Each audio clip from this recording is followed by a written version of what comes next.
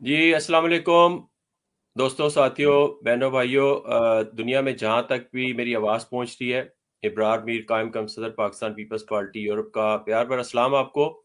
आज आपके साथ हम एक ऐसे यंग, डायनामिक, विजनरी और कमिटेड जो है पाकिस्तान पीपल्स पार्टी के जाले वर्कर, लीडर और यूथ को रिप्रेजेंट करते हैं, specially because our chairman is young, energetic. और पाकिस्तान पीपल्स पार्टी को ये फख्र होता है कि शहीद जुल्फ़िकार अली भुट्टो साहब से लेके बीबी शहीद से लेके बिलावल साहब तक जो भी हमारे चेयरमैन आए वो यंग आए। तो आज आपने मेरा पोस्टर देख लिया होगा। प्रोग्राम तो ज़रा लेट शुरू होना था, लेकिन उनका एक डिनर था, इसलिए हमने उनको पहले एडजस्ट कर लिया। बड़ी मेहरबानी उनकी, इतने अपने मसरूफियात के बावजूद वो टाइम दे रहे हैं। टॉपिक हमारा है कि न्यू जनरेशन जो सोशल मीडिया पे बेराह रवी है, उसके ऊपर हम क्या कर रहे हैं, ख़ास तौर पे गवर्नमेंट्स क्या कर रही हैं, पॉलिटिशियंस क्या कर रहे हैं। और ये जो शख्सियत है, बैरिस्टर है, सेनेटर रहे हैं, पीपल्स पार्टी की बैकबोन है सिंध में, और फ्रंट लाइन के वो हैं, आप कहते हैं लीडर हैं, और मीडिया की डार्लिंग है। कभी आपने इनके बारे में ये नहीं सुना होगा कि ये इन्होंने गलत कर दिया, वो है, या कोई अल्लाह माफी कोई ऐसी बात। तो ये डार्लिंग ऑफ द मीडिया है। वहां से सिंध से और भी है, लेकिन he is one of the top, my favourite as well. जी अस्सलाम वालेकुम मुर्तज़ा वहाब साहब, बैरिस्टर मुर्तज़ा वहाब।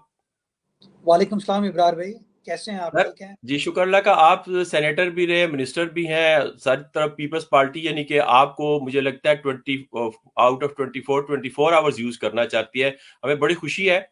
मैं ज्यादा आपसे ही सुनना चाहूंगा। ये प्रोग्राम हम इसलिए करते हैं बैरिस्टर साहब कि ओवरसीज की जो न्यू जनरेशन है उसको हम इंटेक्ट करें पाकिस्तान के साथ, थ्रू पॉलिटिशियंस लाइक यू और जर्नलिस्ट, ताकि हमारी ये जो ड्यूअल नेशनलिटी वाला कदगन है ना, इस वजह से हमारा ये जिस्म से हिस्सा से कट ना जाए न्यू जनरेशन। और इसमें आज का जो टॉपिक है, आप पहले तो ये बताएं, उस टॉपिक पे आने से पहले जो हमारा एक क्वेश्चन होता है इंट्रोडक्टरी, कि आप पॉलिटिक्स में, जाहिर है अम्मा अल्लाह जन्नत नसीब करे, हमारी बहन फौजिया वहाब साहबा, वो है आपकी इंस्पिरेशन, लेकिन आप क्या मतलब लॉ में जाना चाहते थे, या कोई मतलब किसी वजह से सियासत में आ गए? सियासत या क्या आपका ग्रूमिंग कैसे हुई, इस तरह बता दें। इब्रार साहब, कोई बच्चा जो कि किसी सियासी घर में पैदा हुआ हो, पला बड़ा हो, उसके लिए सियासत कोई नई चीज़ नहीं होती। सियासत उसके खून में होती है। सियासत सियासी तरबियत उसको खाने की टेबल पे भी होती है, दावतों में भी होती है। हर जगह उसकी ज़िंदगी के अंदर सियासत एक अहम पहलू होता है। तो मैं भी उन लोगों में से हूँ जो कि एक सियासी घराने में पैदा हुए। मेरे वालिदैन दोनों सियासी कारकुनान थे। तो सियासत एक ऐसी चीज़ थी जिसको बड़ा करीब से हमने अपने बचपन में देखा। लेकिन सच पूछे, मैंने कभी ये सोचा नहीं था कि मैं इतनी कम उम्री में सियासत में आ जाऊँगा या गवर्नमेंट लेवल पर पब्लिक सर्विस में आऊँगा। मैंने जी प्रोफ़ेशनली अपने आप को अपने पैरों पर खड़ा किया, आला तालीम हासिल की और फिर वकालत के पेशे से मंसूब हुआ और एज़ प्रोफ़ेशनल मैंने काम करने की कोशिश की, काम किया। और उसके बाद हादसाती तौर पर कह लें, किस्मत कह लें, कि पीपल्स पार्टी ने फैसला किया कि फौजिया वहाब के बेटे को मेन स्ट्रीम पॉलिटिक्स में इस्तेमाल किया जाए सिंध गवर्नमेंट के अंदर। और इस तरह मेरे लिए एक अपॉर्चुनिटी क्रिएट हुई 2015 में सिंध हुकूमत का हिस्सा बनने की। मैं उस वक्त की जो काबीना थी कायम अली शाह साहब की, उसमें मुशीर कानून बना वज़ीर आला सिंध का। उसके बाद जब मुराद अली शाह साहब की कैबिनेट आई तो उसमें भी मैं मुशीर कानून के तौर पर काम करता रहा। फिर अदालत ने कोई फ़ैसला मेरे ख़िलाफ़ दिया था, जो कि सुप्रीम कोर्ट ने सस्पेंड कर दिया था, लेकिन बहरकैफ़ उसके बाद मुझे अपने ओहदे से हटना पड़ा। फिर पार्टी ने मुझे सेनेट ऑफ पाकिस्तान का मेंबर बना दिया। मैंने सेनेट में सूबाई सिंध की नुमाइंदगी की, पाकिस्तान पीपल्स पार्टी की नुमाइंदगी की। और 2018 में एक बार फिर मैंने सूबाई असम्बली के हल्के से इलेक्शन लड़ा। गो के मैं अपनी सीट हार गया कराची शहर से, लेकिन ये पाकिस्तान पीपल्स पार्टी की कराची वालों से मोहब्बत है और यंगस्टर्स से मोहब्बत है, यूथ से मोहब्बत है कि हारने के बावजूद बिलावल साहब ने मुझे इस काबिल समझा कि मैं सिंध हुकूमत का एक बार फिर हिस्सा बनूं, सिंध काबीना का हिस्सा बनूं। और मुझे कानून का कलमदान दिया गया, मुझे इंफॉर्मेशन का कलमदान दिया गया, जो कि आज भी मैं काम कर रहा हूं जिस पे। जी, ज़बरदस्त आपने बड़ा ब्रीफली और बड़ा क्विक अपना बताया ये, और वही बात हुई कि जो हम सस्पेक्ट कर रहे थे कि आप का जो स्टाइल है, वैसे बैटिंग भी आप लेफ्ट ही करते हैं, मैंने देखी है आपकी कुछ तस्वीरें। मैं अच्छा ये, कंप्लीटली कंप्लीटली लेफ्टी हूँ जी। अच्छा माइंड भी मेरी कायम अली लेफ्ट की है। अच्छा, कायम अली शाह साहब के साथ भी आपने काम किया? जी बिल्कुल। फिर मैंने तो बहुत कायम अली पुराने हैं शाह आप। अच्छा, अच्छा ये बताएं बैरिस्टर साहब कि ये जो है आप क्वेश्चन पे आ जाते हैं, इसके ऊपर हमारे स्कूलों में, कॉलेजेस में, एकेडमीज में, हर जगह पे माशरे में ये जिम्मेदारी है कि सोशल मीडिया की जो वॉर है, या फिफ्थ जनरेशन वॉर कह ले, उसने माशरे की वो एथिक्स, वो जो हमारी थी ना, रख रखाव, अदब आदाब, औरत का एहतराम, बच्चों का एहतराम, बड़ों का, वो छिन गया है इसमें। पहले बताएं कि आपको छिनने की वजह क्या है, और रेमेडी क्या आप समझते हैं? इब्रार साहब, अगर आप किसी चीज़ का नाम वॉर के साथ मंसूब करेंगे तो फिर तो जंग ही होगी ना, फिर तो नेगेटिव चीज़ होगी। तो मैं समझता हूँ ये नाम मंसूब करना वॉर का बड़ा मैं समझता हूँ गैर मुनासिब है। मैं सही। समझता हूँ सोशल मीडिया एक बड़ा अहम जुज़ है हमारे माशरे का दुनिया भर में, और सही। सारी दुनिया अब एक ग्लोबल विलेज के तौर पर मार्ज़ वजूद में आ गई है। आप यूरोप में बैठे हुए इस वक्त, मैं कराची में बैठा हूँ। अब आज से 5-6 साल पहले, 10 साल पहले किसी ने तस्वुर नहीं किया था कि इस तरीके से मैं और आप by way of video conferencing एक दूसरे के साथ इंगेज कर पाएंगे। लेकिन ये थैंक्स टू टेक्नोलॉजी ये तमाम मामलात अब तब्दील हो गए हैं, और दुनिया अब एक ग्लोबल विलेज के तौर पर मार्ज वजूद में आ गई है। अब उस ग्लोबल विलेज को हमें किस तरीके से इस्तेमाल करना है, दैट इज़ इम्पॉर्टेंट। मैं समझता हूँ कोई शख्स जो कि पॉजिटिव माइंडसेट का आदमी है, जिसकी तरबियत सियासी जो है वो पॉजिटिव हुई है, वो हमेशा उन पॉजिटिव चीज़ों को हाईलाइट करेगा, पॉजिटिव चीज़ों के साथ आगे बढ़ेगा। और मैं समझता हूँ जब आप पॉजिटिविटी को अपना मशले राह बनाएंगे तो आप ये जो बद तहजीबी आ गई है ना, इससे आप इज्तनाब करेंगे, इससे आप दूर रहेंगे। और मैं समझता हूँ ये सबसे इम्पोर्टेंट चीज़ है जो हमें एज यूथ समझने की ज़रूरत है, कि आपको अपना आर्ग्यूमेंट सेल करने के लिए बदतमीजी करने की ज़रूरत नहीं है। आपको अपने आर्ग्यूमेंट पे कन्विंस करने के लिए ज़ोर से बोलने की ज़रूरत नहीं है। आप शाइस्तगी के साथ भी, सॉफ्टनेस के साथ भी, पोलाइटनेस के साथ भी अपने पॉइंट को बड़ा इफेक्टिवली कन्वे कर सकते हैं। और मैं समझता हूँ जो समझदार लोग हैं वो डिसाइफर कर सकते हैं कि कौन बदतहजीबी कर रहा है, कौन बदतमीजी कर रहा है, और कौन सब्सटेंस के साथ अपने आर्ग्यूमेंट्स को पेश कर रहा है। और मैं समझता हूँ कि जो शख्स भी सब्सटेंस के साथ आर्ग्यूमेंट्स को पेश करेगा, इन द लॉन्ग रन वही सस्टेन कर पाएगा, वही बच पाएगा। अच्छा, ये तो आपने बता दिया ना कि एहतियात ज़ाहिर है, लेकिन इसके लिए गवर्नमेंट लेवल पे क्या आप लोगों के काम है? मसलन मैं एक बात करता हूँ, मैं ट्विटर पे हूँ बहुत पुराना, लेकिन मैंने उसे यूज़ नहीं करता था। ये मेरी अपनी रीज़न थी, और कुछ लोगों ने मुझे पुश किया कि देखें आप पार्टी को रिप्रेजेंट करते हैं और वहाँ पे सारी लीडरशिप होती है दुनिया। मैंने कहा होती है, लेकिन मुझे मुर्तज़ा आप साहब ये बताएं कि कोई भी लीडर हो, मैं ये नहीं कहता हूँ कि किसी एक पार्टी का, कोई भी लीडर हो, सहाफ़ी हो, कुछ हो, पर्सनैलिटी हो, वो जैसे ही कोई ट्वीट करता है, नीचे तो 99% गालियाँ आ जाती हैं। व्हाट इज़ दिस यार? ये मतलब ये क्या है? ये क्या रवैया है? मैं तो इब्रार साहब विक्टिम हूँ इसका, क्योंकि मैं रोज ट्वीट करता हूँ। बिल्कुल और होंगे, बिल्कुल जो होंगे जो आप। जो लोग उन नेगेटिविटी को परवान चढ़ाते हैं, जो नेगेटिव बातें करते हैं, वो फौरन शुरू हो जाते हैं लान तान करना, कोई बुरी बात करना। ये एक बड़ा अनफॉर्चुनेट एस्पेक्ट हमारी सोसाइटी के अंदर अब आ गया है। मैं कभी कॉन्फ्रेंस में था, उस कॉन्फ्रेंस में जो ओरेटर थे, जो बात कर रहे थे, प्रेजेंट कर रहे थे, उन्होंने बड़ी अच्छी बात की। उन्होंने कहा जी इस मुआशरे में लोगों ने मुस्कुराना छोड़ दिया है। आप यूरोप में वाह! रहते हैं, आप वेस्ट में रहते हैं, आप देखें आप किसी शख्स से मिलेंगे, वो आपसे मुस्कुराएगा। मुस्कुराना कोई बुरी चीज़ नहीं है, एक पॉजिटिव चीज़ है। बट हम लोग इतने नेगेटिव हो गए हैं कि अच्छे काम को भी हम वो नेगेटिविटी के स्पेक्ट्रम से देखते हैं, और वो नेगेटिविटी अब हमारे ऊपर गालिब हो गई है, उसने प्रिवेल कर लिया है। जिसकी वजह से जो सेनर एलिमेंट है, जो बात करने की कोशिश करते हैं, जो कोई डाइवर्जेंट व्यू देने की कोशिश करते हैं, उनको क्रिटिसिज्म का सामना करना पड़ता है। But as I said earlier, Ibrar साहब, जिनके आर्ग्यूमेंट में सब्सटेंस होता है ना, वो इन चीज़ों से परेशान नहीं होते।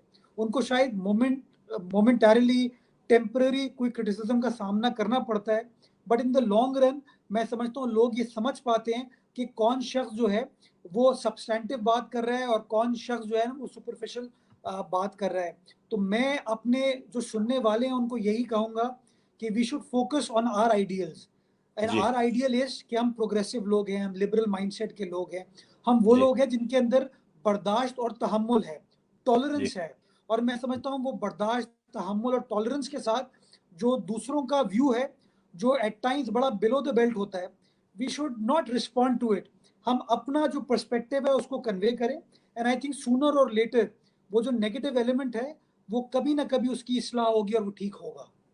अच्छा, ये जो आपने अभी बात की है ना, ये जो आपने एक बैलेंस दिया है एक अपने, कभी किस तरह हम इसको फेस कर सकते हैं या इसको अवॉइड कर सकते हैं, जो भी है, यही चीज पीपल्स पार्टी की मीडिया पॉलिसी पे भी आती है। अभी चेयरमैन साहब आए, 1 अरब से ज्यादा आप लोगों ने प्लांटेशन की हैदराबाद में। आप देखें कि मीडिया बिल्कुल खामोश है। या तो आपने उन पौधों के ऊपर, जिस तरह इमरान नियाजी साहब ने तो कहा ना कि 1 अरब दरख्त लगाएंगे, मेरे ख्याल में उन 1 अरब दरख्तों के ऊपर नोटों वाले दरख्त होंगे जो टाइम लग रहा है। तो आपने क्या नोट नहीं लगाया, इसलिए आपको प्रोजेक्शन नहीं मिलती? देखिए, मैं समझता हूँ मीडिया एंगेजमेंट माजी में शायद इतनी अच्छी कंस्ट्रक्टिव पाकिस्तान पीपल्स पार्टी की नहीं रही। जी, और जो हमारे नाक़दीन थे, जो लोग शहीद भुट्टो के फ़लसफ़े से, शहीद मोहतरमा बेनज़ीर भुट्टो के फ़लसफ़े से इत्तफ़ाक़ नहीं करते, उन्होंने जी, फ़ैसला ये किया कि बिलावल साहब की पॉलिटिकल ग्रोथ को रोकने के लिए, बिलावल साहब की जो सियासी जमात है, उसके परसेप्शन को ख़राब करने की एक डिलिबरेट एफ़र्ट की जाए। और मैं समझता हूँ पिछले 10-12 साल में उन्होंने एक कंसर्टेड एफ़र्ट के साथ पीपल्स पार्टी के परसेप्शन को ख़राब किया है। पिछले 2 ढाई 3 साल में जब से बिलावल साहब खुद पार्लियामान में आए हैं, फ्रंट लाइन से चीज़ों को लीड कर रहे हैं, तो अब लोगों को समझ आ रहा है कि नहीं, ये परसेप्शन गलत था। अब लोगों को समझ आ रहा है कि नहीं, ये जो पीपल्स पार्टी के बारे में बात की जाती है, ये गलत है। पीपल्स पार्टी ने बहुत सारे ऐसे स्फेयर्स ऑफ सोसाइटी हैं जहाँ पर डिलीवर किया है। और मैं समझता हूँ जी, एनवायरनमेंट एक ऐसी चीज़ है, ट्री प्लांटेशन एक ऐसी चीज़ है जिसको बिलावल साहब ने खुद पर्सनली बड़ा पैशनेटली परस्यू किया है, जिसकी मैं आपको मिसाल ये देना चाहूँगा कि देखें, कोई सहाफ़ी बायस हो सकता है, सियासी कारकुन बायस हो सकता है, गिनेस जी, बुक ऑफ वर्ल्ड रिकॉर्ड वाले तो बायस नहीं हो सकते। सही, पाकिस्तान पीपल्स पार्टी की सिंध हुकूमत ने मैंग्रोव प्लांटेशन के 3 Guinness book of world record पिछले 4 साल में क्रिएट किए हैं। तो ये जो सही, इंटरनेशनल स्पेक्टेटर है, जो इंटरनेशनल क्रिटिक बैठा हुआ है, वो हमारी एफर्ट्स को एक्नॉलेज कर रहा है। तो कुछ जी, लोग जो कि बायस्ड हैं, अगर वो उसको एक्नॉलेज नहीं करते, तो आई एम हुँ, अफ्रेड हम कुछ नहीं कर सकते, but we will focus on delivering on our perspective, delivering on our manifesto, on our ideology. इसी तरह आप एनआईसीवीडी की मिसाल ले लीजिए, आप Gambat institute of medical science की मिसाल ले लीजिए, आप जेपीएमसी की मिसाल ले लीजिए, आप सिंध इंस्टीट्यूट ऑफ ऑप्थोमोलॉजी की मिसाल ले लीजिए, आप हमारा जो कराची के अंदर फिजिकल रिहैबिलिटेशन का इदारा है उसकी मिसाल ले लीजिए। मैं समझता हूँ ये तमाम मिसालें शो करती हैं किस तरीके से सिंध हुकूमत ने प्रोएक्टिवली काम किया, लोगों की खिदमत की। बट हाँ, जी, हम शायद उस खिदमत को सही तरीके से प्रोजेक्ट नहीं कर पाए। इमरान खान जी, हाँ, साहब काम नहीं करते हैं, वो जी। प्रोजेक्शन में बिलीव करते हैं। पीपल्स पार्टी प्रोजेक्शन कम करती है, काम ज्यादा करने में बिलीव करती है। तो मैं समझता हूँ ये एक इशू है जिसको अब हम एड्रेस करने की कोशिश कर रहे हैं, और आप जैसे दोस्त जो कि सोशल मीडिया पे एक्टिव हैं, उन चीज़ों को इनकरेज करते हैं, उनको प्रोपोगेट करते हैं, जिससे हमारा मैसेज और आसानी से अब पब्लिक एट लार्ज तक जा पा रहा है। अच्छा, मुझे पता है सर आप लेट हो चुके हैं ऑलरेडी, आपने डिनर पे जाना है। आखिरी क्वेश्चन है मेरा आपसे। क्वेश्चन 2 हैं, जवाब इकट्ठे ही दे दें। एक तो मैं चूंकि खुद लेट आया थोड़ा सा, तो मैं नहीं, नहीं। बिल्कुल आपके साथ रह सकता हूँ, नो प्रॉब्लम। अच्छा, ठीक है, थैंक यू। चलें फिर तो सही है। अच्छा, ये बताएँ, जो अब मैं इसको फिर बारी-बारी पूछता हूँ, इकट्ठे नहीं पूछता हूँ। ये जो पॉलिटिकल डिवीज़न आ गया है, ठीक? सियासतदान जो है, वो तो मतलब अपने आप को एक-दूसरे पे कीचड़ उछालने में देर नहीं लगाता, कोई भी हो। लेकिन मीडिया में आप किसी भी जर्नलिस्ट से बात करें, सारा मीडिया उसके पीछे आ जाता है, इकट्ठे हो जाता है। सियासतदान नहीं होते। हालांकि चार्टर ऑफ डेमोक्रेसी, सारी चीजें, ये वो क्या, कौम थक जाती है कि भाई एक एजेंडे पे पाकिस्तान पे काम करें। जब वो पाकिस्तान पे काम करते हैं तो कहते हैं जी बारियां लगाई हैं, दो दो जो आते हैं वही लगी हुई हैं। यहाँ लेबर और कंजर्वेटिव चलती है, यहाँ कोई इतराज नहीं करता। तो ये पॉलिटिकल डिवीजन क्या है? नहीं, आपके यहाँ लेबर कंजर्वेटिव चलती है, अमेरिका के अंदर डेमोक्रेट्स रिपब्लिकन चलते हैं। जी हाँ। हिंदुस्तान चले जाएं तो वहाँ पे बीजेपी और कांग्रेस चलती है। जी आप बांग्लादेश चले जाएं तो वहाँ पर अवामी लीग और बांग्लादेश नेशनल पार्टी चलती है। तो टू टियर सिस्टम या टू पॉलिटिकल पार्टी सिस्टम तो दुनिया भर में बड़े पैमाने पर है, और Pakistan is no different from that. लेकिन आपने बड़ी इब्रार साहब ये इंपॉर्टेंट बात की। देखिए, आप जी किसी सहाफ़ी के खिलाफ खुदा ना खास्ता बात करें तो पूरे सहाफ़ी एक साथ इकट्ठा हो जाते हैं। किसी वकील के खिलाफ बात करें, सारे वकील इकट्ठा हो जाते हैं। डॉक्टर्स के खिलाफ बात करें, डॉक्टर्स इकट्ठा हो जी जाते हैं। ब्यूरोक्रेट के खिलाफ बात करें, ब्यूरोक्रेट इकट्ठा हो जाता है। किसी फौजी के खिलाफ बात करें, फौजी इकट्ठा हो जाते हैं। किसी जज के खिलाफ हाँ। बात करें, जज इकट्ठे सियासतदान हो करते जाते हैं। हैं। जी हाँ। सियासतदान जो है अनफॉर्चुनेटली वो इकट्ठा नहीं हो पाते। और हाँ। ये मैं समझता हूँ हमारी कोताही है पॉलिटिकल वर्कर्स की। और हमें ये जी समझने की ज़रूरत है कि जब तक हम कुछ प्रिंसिपल्स पर साथ खड़े होकर काम नहीं करेंगे, हमारे जी लिए दिक्कत रहेगी, हमारे लिए दुश्वारियां रहेंगी। अगर कोई जी सियासी जमात गलत काम करती है, मैं समझता हूँ उसको क्रिटिसाइज करें। लेकिन ये जो पर्सनलाइज क्रिटिसिज्म होता है, इसका नुकसान होता है, जो कि सियासत को सर्व नहीं कर सकता। ये जो पोलराइज मुआशरा हमने क्रिएट कर दिया, ये गलत है। और जो पिछले 2.5 पौने 3 साल में इमरान खान साहब ने इस पोलराइजेशन को मजीद परवान चढ़ाया है, मजीद जी आगे लेके गया है। इसने, मैं समझता हूँ, जो चार्टर ऑफ डेमोक्रेसी के बाद पाकिस्तान की डेमोक्रेसी थोड़ा सा आगे बढ़ी थी, पॉलिटिकल कंसेंसस बिल्ड कर पाए थे। 18वीं तरमीम हो, एनएफसी हो, गिलगित बल्तिस्तान के हुकूक हो, कंस्ट्रक्टिव डायलॉग हो पार्लियामान के अंदर, मैं समझता हूँ वो तमाम चीज़ों को हमने अब कहीं पीछे छोड़ दिया है। और एक बार फिर हम वो गालम गलोच की सियासत कह लें, अनड्यू क्रिटिसिज्म की सियासत कह लें, जो मैं समझता हूँ एक बड़ा अनफॉर्चुनेट पैगाम देती है। मैं समझता हूँ बरतानिया की आप मिसाल ले लीजिए कि लेबर पार्टी और कंजर्वेटिव पार्टी के जितने डिफरेंसेस हों, but at the end of the day those political parties work together in the parliament, मिल के काम करते हैं, और जो उस मुल्क को, उस रियासत को मसाइल दरपेश होते हैं, उन मसाइल को दरपेश करने को हल करने के लिए अपना अपना किरदार अदा कर पाते हैं। बट पाकिस्तान में अनफॉर्चुनेटली पीटीआई तैयार ही नहीं है कि मैं पीपल्स पार्टी के साथ बैठ जाऊं, नून लीग के साथ बैठ जाऊं, एएनपी के साथ बैठ जाऊं। तो ये एक बड़ी अनफॉर्चुनेट सिचुएशन है। और मैं समझता हूँ पॉलिटिक्स है is the art of possibility. ये जो इमरान खान साहब ने हर चीज को बंद कर दिया है, और वो कहते हैं मैं हूं, मैं हूं और मैं हूं, ये जी पाकिस्तान की सियासत के लिए भी नुकसानदेह है। हमारी जो पार्लिमानी प्रोग्रेस थी उसके लिए भी नुकसानदेह। और आप सब देख सकते हैं पिछले 2.5 पौने 3 सालों में बड़ा नुकसान पहुंचा है पाकिस्तान की सियासत को इमरान खान साहब की इस आइसोलेटेड पॉलिटिक्स की वजह से, इस पर्सनलाइज्ड पॉलिटिक्स की वजह से। एक पॉलिटिक्स ऐसी जो कि मी, माई सेल्फ और माई सेल्फ पर परटेन करती है। अच्छा, वो सना बीबी ने भी अभी आना था, तो उनको कोई प्रॉब्लम आ रही है। I think she will take time. अच्छा, ये बताएं बैरिस्टर साहब, एक पॉलिटिकल सवाल मैं करता हूँ कि अभी सारे अ, सवाल आपके पॉलिटिकल थे। देखे ना, वो ये टिपिकल पॉलिटिकल है गवर्नमेंट ऑफ सिंध से, कि वैसे भी वो गवर्नमेंट ऑफ सिंध से ही थे, लेकिन ये जो सीईसी का मसला आया है, ये तो बड़ा एक फुस्तायत की मिसाल कायम की है। लेकिन क्या ये नहीं हो सकता था कि सिंध गवर्नमेंट, सिंध कैबिनेट ये रेजोल्यूशन ना पास करती, इसको पॉलिटिकल एंगल ना देती, वरना वो तीन फिर दूसरे सूबे भी करेंगे, तो फिर बात तो फिर वो कंट्रोवर्शियल हो जाएंगे वो। देखिए, जो आईनी हुकूमतें होती हैं वो आइन के साथ खड़ी होती हैं और आईनी इदारों के साथ खड़ी होती हैं। पाकिस्तान पीपल्स पार्टी ने हमेशा आइन को सपोर्ट किया है, पार्लियामान को सपोर्ट किया है, आइनी इदारों को सपोर्ट किया है। आपको याद होगा जब 2013-14 में खान साहब कंटेनर पर थे और उस ज़माने में नवाज शरीफ साहब के खिलाफ बात करते थे, उस वक्त भी हमने ना खान साहब का साथ दिया, ना मियाँ साहब का साथ दिया। हमने पार्लियामान का साथ दिया, हमने कौमी असम्बली सेनेट का साथ दिया, पाकिस्तान के आइन का साथ दिया। और अभी भी 2018 के बाद आसिफ अली जरदारी साहब हो, बिलावल भुट्टो जरदारी साहब हो, उन्होंने floor of the national assembly ये कहा कि जी हम इदारों के साथ खड़ा होना चाहते हैं, हम हुकूमत को अच्छे काम में सपोर्ट करना चाहते हैं, आइए मिलकर काम करें ताकि पाकिस्तान की इकोनॉमी को जो मसाइल दरपेश हैं, या पाकिस्तान को ओवरऑल जो जियो पोलिटिकल मसाइल दरपेश हैं, उसको हम कलेक्टिव विजडम के साथ हल कर सकें। लेकिन पीटीआई ने उस तरीके से रिस्पॉन्ड नहीं किया। अब इलेक्शन कमीशन के हवाले से भी एक आईनी इदारा है, उस आईनी इदारे ने अपनी आईनी पोजीशन को सुप्रीम कोर्ट के सामने भी बयान किया, हुकूमत के सामने भी बयान किया। अब चूंकि हुकूमत उससे नाला नजर आती है, हुकूमत समझती है कि इलेक्शन कमीशन को आईने पाकिस्तान के साथ नहीं खड़ा होना चाहिए, उसको हुकूमत पाकिस्तान के साथ खड़ा होना चाहिए।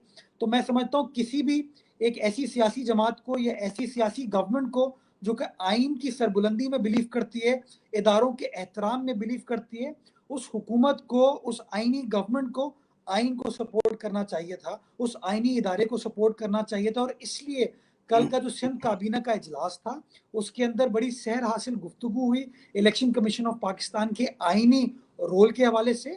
और सिंध हुकूमत ने सिर्फ ये कहा कि हम सपोर्ट करते हैं इलेक्शन कमीशन ऑफ पाकिस्तान की उन आइनी रिस्पॉन्सिबिलिटीज को, और हमने कंडेम किया कि कुछ वफाकी वुजरा जो कि मार्जिनलाइज करने की कोशिश कर रहे हैं ईसीपी को, जो कि ईसीपी की परफॉर्मेंस को खराब करने की कोशिश करें या उसको मलाइन करने की कोशिश करें, वो चीज़ें नहीं होनी चाहिए। बिकॉज हमारे लिए वो सीसी इंपॉर्टेंट नहीं है, हमारे लिए ईसीपी के मेंबरान इंपॉर्टेंट नहीं है, हमारे लिए इलेक्शन कमीशन ऑफ पाकिस्तान मोहतरम है। और हम समझते हैं अगर इलेक्शन कमीशन ऑफ पाकिस्तान आइन की सरबुलंदी के लिए काम कर रहा है, फ्री एंड फेयर इलेक्शंस के लिए काम कर रहा है, तो हम as a political party and as a political constitutional government उस कॉन्स्टिट्यूशनल इदारे के साथ खड़े होंगे, उसको सपोर्ट करेंगे। अच्छा, ये कुछ सवालात जो आते हैं ना, मैं उसका सैंपल आपको पेश करता हूँ। तो अभी एक सवाल आया है, ये कंपैरेटिव क्वेश्चन भी है कि देखें इस वक्त तो मैं उसमें अभी उसकी जरा तशरीह कर रहा हूँ कि देखें इस वक्त कुछ अरसे से, साल डेढ़ साल से पीटीआई का जो एक वैसे एक वर्कर बन गया था वो बिल्कुल डिसअपॉइंटेड है, डेस्परेट है। उनको भी जगह चाहिए कोई सियासी पार्टी। वो कहते हैं कि पीपल्स पार्टी इकोलॉजिकल पार्टी है, जो कुछ भी है आइडियोलॉजिकल पार्टी है और इसका मुस्तकबिल है।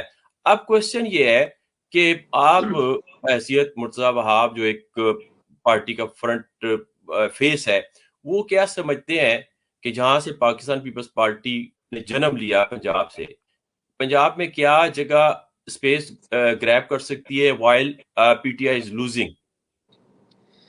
देखिए, मैं समझता हूँ पीपल्स पार्टी का जन्म लाहौर में हुआ, पंजाब में हुआ, और भुट्टो साहब के ज़माने में 1970 का इलेक्शन हो, 77 का इलेक्शन हो, पाकिस्तान पीपल्स पार्टी पंजाब से बड़े पैमाने पर कामयाब हुई थी।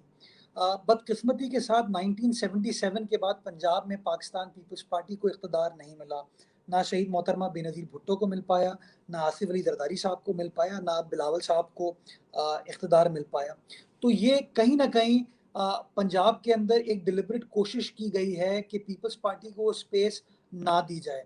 लेकिन मैं समझता हूँ जो पीपल्स पार्टी का आइडियोलॉजिकल वर्कर है वो आज भी इंटैक्ट है, वो मौजूद है, वो मार्जिनलाइज ज़रूर हुआ है, वो कहीं परेशानी में ज़रूर मुब्तला हुआ है, लेकिन आज भी वो शहीद भुट्टो और शहीद मोहतरमा बेनज़ीर भुट्टो के फ़लसफ़े से इत्तफ़ाक़ करता है। मैं समझता हूँ ज़रूरत इस बात की है कि अगर पंजाब में सिलेक्शन नहीं, इलेक्शन हुआ, तो पाकिस्तान पीपल्स पार्टी को स्पेस मिल सकती है। और उस इलेक्शन के लिए ज़रूरत इस बात की होगी कि आप पाकिस्तान पीपल्स पार्टी को खुलकर कैंपेन करने की वहाँ पर इजाज़त दें। ये जो लोग कहते हैं बार बार कि बिलावल साहब उस तरीके से खैबर पख्तूनख्वा या पंजाब में स्पेस कैप्चर नहीं कर पाए। इब्रार साहब, आपको पता होगा 2018 के अंदर बिलावल साहब को पंजाब में खैबर पख्तूनख्वा में कैंपेन करने की इजाज़त नहीं दी गई, और बार बार सिक्योरिटी के नाम पे और इन वजूहात की वजह से बिलावल साहब को रोक दिया जाता था। आपको याद होगा बिलावल साहब एक रैली लेके पन्नू आकिल से घोटकी की तरफ से पंजाब जा रहे थे, सिक्योरिटी कंसर्न्स की वजह से पंजाब बॉर्डर को पाकिस्तान पीपल्स पार्टी के लिए, बिलावल साहब के लिए सील कर दिया गया था। तो ज़रूरत इस बात की है कि बिलावल साहब को, पीपल्स पार्टी को अगर वो स्पेस दी जाती है कि हम खुलकर वहाँ कैंपेन कर सकें, लोगों से इंटरैक्ट कर सकें, अपनी कैनवसिंग कर सकें, तो बिल्कुल जो सिचुएशन पीपल्स पार्टी की माजी में थी वो सिचुएशन हम अचीव कर सकते हैं। उसके साथ साथ मैं समझता हूँ जब वो स्पेस मिलेगी तो बिलावल साहब और टाइम स्पेंड करेंगे पंजाब के अंदर। मैं समझता हूँ वो बड़ा क्रूशल होगा पंजाब में बसने वाले लोगों के लिए। जब वो देखेंगे बिलावल साहब को तो उनको अंदाज़ा होगा कि बिलावल साहब दर हकीकत शहीद भुट्टो साहब के नवासे हैं, शहीद मोहतरमा बेनज़ीर भुट्टो के बेटे हैं, और वो जो गरीब आदमी की मोहब्बत उन दोनों शख्सियात के दिल में थी, वही मोहब्बत बिलावल भुट्टो जरदारी साहब के दिल में भी है, एक देखें आम आदमी के लिए, गरीब आदमी के लिए। देखें वो रोमांस तो है, भुट्टो साहब का रोमांस कोई भी खत्म नहीं कर सकता, कर सका, इतने डिक्टेटर चले गए। लेकिन अगर आपकी इस लॉजिक को ही ले लें तो गिलगित बल्तिस्तान में तो खुल के बिलावल साहब ने कैंपेन की, सब कुछ किया। फिर वो उन्होंने बड़े तरीके से आजाद खड़े करके पीटीआई में डाल दिए। गेमें तो वो डालते हैं, फिर आप कैंपेन भी कर ले फिर भी नहीं आ रहा, हाथ में नहीं, काम मैंने नहीं आ क्या करेंगे? मैंने इब्रार साहब कहा ना कि सिलेक्शन नहीं, इलेक्शन होना ज़रूरी है। तो अगर जी, गेमें वो चलेंगी तो गेमों के अंदर तो प्रॉब्लम है ना फिर। तो फिर जी, गेम ना खेलें। अगर गेम है फ्री एंड फेयर इलेक्शन का, लेवल प्लेइंग फील्ड का, कि हर सियासी जमात को लेवल प्लेइंग फील्ड मिले, तो मैं समझता जी। हूँ कोई बईद नहीं है कि पाकिस्तान पीपल्स पार्टी एक बार फिर पंजाब के अंदर कामयाब हो सकती है। बट ज़रूरत इस बात की है कि वो जो सिलेक्शन है ना उसका प्रोसेस ख़त्म हो। We have to go towards election now. और अगर फ्री एंड फेयर इलेक्शन होगा तो बिल्कुल जो माजी की सक्सेस थी पाकिस्तान पीपल्स पार्टी की पंजाब में, उसको रिस्टोर किया जा सकता है, उसको रिजुविनेट किया जा सकता है। अच्छा, एक क्वेश्चन एक आया सर कि पीडीएम जो है उसमें पीपल्स पार्टी का क्या मुस्तकबिल है, या पीडीएम का मुस्तकबिल क्या है विदाउट पीपीपी? देखिए, पीडीएम का था वन पॉइंट एजेंडा, और वो था जी, पाकिस्तान डेमोक्रेटिक मूवमेंट, के पाकिस्तान के जमहूर को इमरान खान साहब से आज़ादी दिलवानी है, पाकिस्तान जी, की जमहूरियत को मुस्तहकम करना है। अब जी, उसके अंदर जो मुख्तलिफ सियासी जमात हैं उन सब के अपने अपने अशकार हैं, अपनी अपनी फ़िलासफ़ी है। कोई सियासी जमात समझती है कि उस ऑब्जेक्टिव को अचीव करने के लिए असेंबलियों से इस्तीफ़ा देना ज़रूरी है। पीपल्स पार्टी ने कभी इस्तीफ़े की सियासत नहीं की। पीपल्स पार्टी ने कभी आइसोलेशन की सियासत नहीं की। हमने एक बार 85 में इलेक्शन बॉयकॉट करने का फैसला किया था, जिसका खमियाजा आज भी पंजाब में हम भुगत रहे हैं। तो मैं समझता हूँ पीपल्स पार्टी के अंदर सोच ये है कि हमें चीज़ों को पार्लियामान के अंदर एक इफेक्टिव फोर्स के तौर पर चलाने की ज़रूरत है, और हम इफेक्टिवली उस चीज़ को कन्वे करेंगे तो हम कामयाबी हासिल कर सकते हैं। दूसरी मैं इंपॉर्टेंट बात जो इब्रार साहब, नहीं नहीं, सॉरी सॉरी सॉरी, आप कैरी ऑन रखें, कैरी ऑन। जी, मैं इब्रार साहब एक और चीज़ ऐड करना चाहूँगा कि पीपल्स पार्टी को बड़ी मोहब्बत है 18वीं आईनी तरमीम से, बड़ी मोहब्बत है एनएफसी अवार्ड से। अगर आज पाकिस्तान पीपल्स पार्टी और सारी पीडीएम की जमातें पार्लियामान से इस्तीफे दे दें, तो इमरान खान साहब को तो कोई प्रॉब्लम नहीं है। वो बाई इलेक्शन करा के अपने बंदे मुंतखब करेंगे और 18वीं तरमीम को भी रोल बैक कर देंगे, एनएफसी को भी रोल बैक कर देंगे। तो मैं समझता हूँ कि हर उस पार्लियामानी जमात को जिसने बड़ी जिद्दोजहद के बाद आइन को ओरिजिनल शक्ल में रिस्टोर किया था, उसको ये सोचने की ज़रूरत है कि अगर आप पार्लियामान से इस्तीफे दे देंगे तो इमरान खान साहब कोई, क्या कहते हैं ना, प्रिंसिपल सियासतदान तो है नहीं। वो तो जी, कोई सियासी लीडर भी नहीं है। वो तो अपनी ज़ात में बिलीव करता है, अपनी हुकूमत में बिलीव करता है। वो तो अपने आप को फर्दर स्ट्रेंथन करके 18वीं तरमीम को भी रोल बैक कर देगा, गिलगित जी, बल्तिस्तान के हुकूक को भी रोल बैक कर देगा, एनएफसी को भी रोल बैक कर देगा। फिर आप मुझे बताइए पीडीएम क्या करेगी? जी। अच्छा, ये इतना आसान है कि ये सब कुछ कर देंगे, सब कुछ कर देंगे? ये तो बड़ा बड़ा आपने बड़ा आसान बता दिया है। तो ये मुझे एक खतरा है सर, मैं आपके साथ शेयर करता हूँ। चले, मेरा भी एक ये तो मैंने पब्लिक के ज्यादा सवाल किए हैं।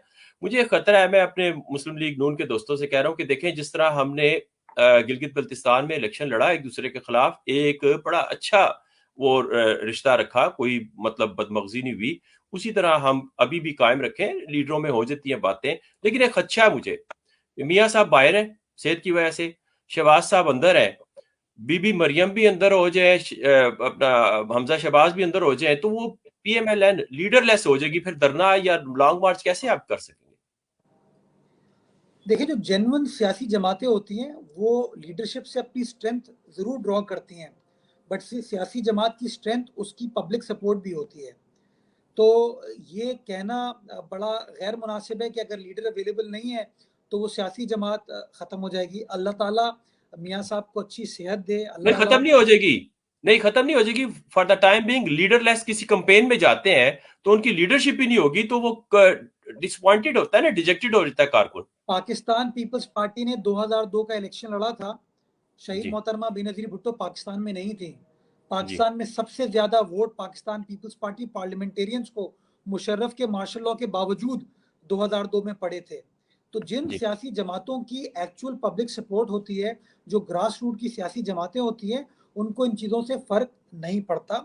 मैं गुजारिश ये कर रहा हूँ कि पाकिस्तान पीपल्स पार्टी हो, जेयूआई हो, मुस्लिम लीग नवाज़ हो, हमने बड़ी मेहनत, बड़ी जिद्दोजहद और बड़ी कुर्बानी के बाद एक ऐसा सियासी माहौल क्रिएट किया था जहां पर पॉलिटिकल लीडर्स के अंदर हम आहंगी थी। और मैं समझता हूं और मैं उम्मीद करता हूं कि अभी भी बेटर सेंस प्रिवेल करेगा। मियाँ साहब हमारे लिए काबिल एहतराम है, मरियम बीबी हमारे लिए काबिल एहतराम है, हमजा शहबाज हों, शहबाज शरीफ साहब हों, सब के सब हमारे लिए मोहतरम हैं। हम एज पॉलिटिकल वर्कर्स, हमारी जो एक्चुअल जिद्दोजहद है वो इमरान खान साहब को टफ टाइम देना है और इमरान खान साहब को इस हुकूमत से बाहर निकालना है। अगर हम खुद इस निज़ाम से बाहर निकल जाएंगे तो मैं समझता हूँ इमरान खान साहब तो बहुत खुश होंगे। अगर आप मुझे बताइए पीडीएम ने सेनेट के इंतखाबात में हिस्सा नहीं लिया होता तो फिर हफीज शेख साहब आईएमएफ के उम्मीदवार कामयाब हो चुके होते, गिलानी साहब कामयाब नहीं हुए होते। अगर हमने बॉयकॉट किया होता सेनेट इंतखाबात का तो ये जो चेयरमैन सेनेट के अंदर उसूली एतबार से यूसुफ रजा गिलानी साहब ने कामयाबी हासिल की है, वो क्या कामयाबी आपको नहीं मिली होती। तो मैं समझता हूँ टाइम ने ये साबित किया है कि पीपल्स पार्टी का जो ये फलसफा है कि आप सिस्टम में रह के जंग लड़ें, आप पार्लियामान में रह के गवर्नमेंट को पीटीआई को टफ टाइम दे, वो बेहतरीन ऑप्शन है, वो बेहतर ऑप्शन है। और मैं समझता हूँ वक्त मजीद ये साबित करेगा कि इंशाल्लाह इमरान खान साहब की ये जो अवाम दुश्मन हुकूमत है इसको इसी तरीके से हम घर भेजेंगे। अच्छा बैरिस्टर साहब, अब आप आ जाते हैं हम ओवरसीज पे, क्योंकि ये तो जाहिर सी बात है इतना कुछ पीडीएम ने गेन किया है, वो हम थ्रो द बिन तो नहीं कर सकते ना रेजिग्नेशन से। वो कोई हमें हमें हटधर्मी नहीं करनी चाहिए, जिद नहीं बनानी चाहिए जी इस्तीफे इस्तीफे बच्चों की तरह। वो एक टाइमिंग होती है मेरे ख्याल में। तो मैंने तो लिखा भी है पीपल्स पार्टी का होके भी, मैं लिखता भी हूँ, तो मैंने तो ये लिखा था कि अगर इस्तीफे किसी वक्त देने थे उसकी टाइमिंग बेस्ट ये थी कि आपने जिमनी इंतखाबात जीते, यूसुफ रजा गलानी साहब ने नेशनल असेंबली का जो उनको हराया सेनेट की सीट, उस वक्त आपने ये प्रूव कर दिया था कि अवाम में भी हराया, पार्लियामेंट में भी हराया। ये इस्तीफे हैं, बिल्कुल पॉलिटिकल डिसेबिलिटी हो जाती है और इलेक्शंस के बगैर कोई चारा नहीं था। चले, ये तो मेरा एक अपना तजिया आज। अब बताएं वी कैन ओवरसीज के। जी इब्रार साहब वी कैन जी ऑलवेज अग्री टू डिसएग्री। यही हाँ जमहूरियत का हुस्न है ना जी कि बिल्कुल। आपने मेरे पॉइंट से इत्तेफाक नहीं किया, मैंने आपके पॉइंट से इत्तेफाक नहीं किया, बट जी हाँ आपने भी शाइस्तगी से अपना पॉइंट कन्वे किया, मैंने भी शाइस्तगी से पॉइंट कन्वे जी हाँ। किया। लेकिन अगर कोई अभी पीटीआई का हमारा दोस्त बैठा होता तो झगड़ा हो चुका होता, वली वली बातें शुरू हो चुकी होती। तो ये वो सियासी सोच है ना जिसको हमें परवान चढ़ाने की जरूरत है, जिसको इनकरेज करने की जरूरत है। जी हाँ बिल्कुल। अल्हम्दुलिल्लाह पीपल्स पार्टी तो देखें जी अकदार की सियासत करती है, इक़्तिदार की नहीं। ये तो हमारा खासा रहा है और दुरुस्त। लीडरों ने कुर्बानियां दे दी और क्या रह जाता है। अब आप आ जाए सर कि ओवरसीज का जो डायलमा है कि हमें भेजा गया, हमारी चॉइस नहीं थी, फिर हम कदगन लगी हमारा यहाँ से न सिर्फ फाइनेंशियल बल्कि प्रोफेशनल, इंस्टीट्यूशनल, टेक्निकल, बड़े तरीकों से यहाँ से लोग जो है जो जाते हैं पाकिस्तान, वो हम क्यों ज़ाया कर रहे हैं। और आज का जो बच्चा है, मैं तो पाकिस्तान की बात करूंगा, मिडल ईस्ट को छोड़ के जो ओवरसीज में जिन जहाँ पे लोगों ने नेशनलिटीज ले ली हैं, वो पाकिस्तान को तो फिर नई जनरेशन तो नहीं पूछेगी। और ऊपर से सोशल मीडिया ने उसको बिल्कुल ही दूर कर दिया। अभी आप बात कर रहे हैं, अभी अल्हम्दुलिल्लाह ओवरसीज में जो प्रोग्राम देखा जा रहा है वो ये समझ रहे हैं कि आप यहाँ बैठे हैं, आप उनसे बात करते हैं। वैसे तो टीवी पे आप लोग वो देखते हैं, वो स्ट्रेंजरनेस होती है ना, स्ट्रेंजर फील करता है। अभी आप हमारे घरों में इस वक्त हैं, बात कर रहे हैं आपसे, आपका क्या पैगाम है? मेरा पैगाम ये कि जो मोहब्बत आप तमाम दोस्तों के दिलों में पाकिस्तान के लिए है, अल्लाह ताला उस मोहब्बत को कायम व दायम रखे। आप लोग पाकिस्तान का एक असासा हैं, जो एक्सपैट्रिएट पाकिस्तानी हैं, उनकी जो कंट्रीब्यूशन है पाकिस्तान के लिए, पाकिस्तान की मईशत के लिए, उसमें कोई दूसरी राय नहीं है। मैं समझता हूँ आप लोग पाकिस्तान से बाहर बैठ के भी आपका दिल पाकिस्तान के लिए धड़कता है, और आपका ये प्रोग्राम इस बात का सबूत है कि किस तरीके से पाकिस्तानी एक्सपैट्रिएट्स पाकिस्तान के सियासी निज़ाम में, पाकिस्तान की मईशत में और पाकिस्तान के ओवरऑल मामलात में दिलचस्पी रखते हैं। हम समझते हैं कि आप लोगों का पूरा हक है कि आप पाकिस्तान के सियासी मामलात में इन्वॉल्व हों और पाकिस्तान के लिए कंट्रीब्यूट करें। लेकिन आपको याद होगा कि ये फैसला किसी सियासी जमात ने नहीं किया था कि आप लोग कंट्रीब्यूट नहीं कर सकते। ये तो एक अदालती फैसला था इफ्तिखार चौधरी साहब के ज़माने में कि जी जो पाकिस्तानी एक्सपैट्रिएट्स हैं वो पाकिस्तान के पार्लियामान का हिस्सा नहीं बन सकते, पाकिस्तान की सियासत का हिस्सा नहीं बन सकते। वरना 2011 से पहले तक तो बहुत सारे ऐसे लोगों को मैं जानता हूं जो कि सेनेट ऑफ पाकिस्तान के मेंबर मुंतखब हुए, जो कि पाकिस्तान में नहीं रहते थे, पाकिस्तान में नहीं बसते थे, लेकिन चूंकि उनकी एसोसिएशन पाकिस्तान से इतनी मजबूत थी, उन्होंने पाकिस्तान में कंट्रीब्यूट करने को तरजीह दी। और पाकिस्तान पीपल्स पार्टी उन सियासी जमातों में से थी जिन्होंने उन लोगों को जगह फराहम की कि आइए और पाकिस्तान में आके कंट्रीब्यूट कीजिए। अकबर ख्वाजा साहब जो हैं वो अमेरिका में रहते थे, लेकिन पाकिस्तान के सेनेट के मेंबर हुए, पाकिस्तान पीपल्स पार्टी ने उनको इलेक्ट कराया।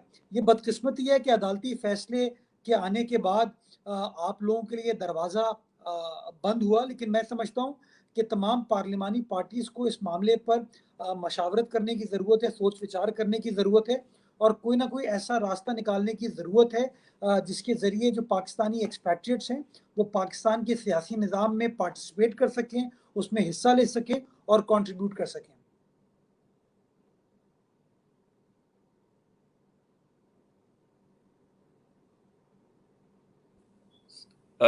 सॉरी, मैं म्यूट पे था, सॉरी। एक क्वेश्चन आया कि सोशल मीडिया टीम जो है दूसरी पार्टियों की तरह वो क्यों नहीं मुनज़्ज़म करती पीपल्स पार्टी? आपने कन्फेस भी किया कि भाई हमारा नहीं है मीडिया पे, वो क्या वजह है? आप सोशल मीडिया पे तो हमारा कंट्रोल हो सकता है ना अपनी टीम बनाने के लिए। नहीं इब्रार साहब, ये बात माजी के एतबार से तो शायद दुरुस्त थी, हमारी सोशल मीडिया पे इतनी इफेक्टिव प्रेजेंस नहीं थी।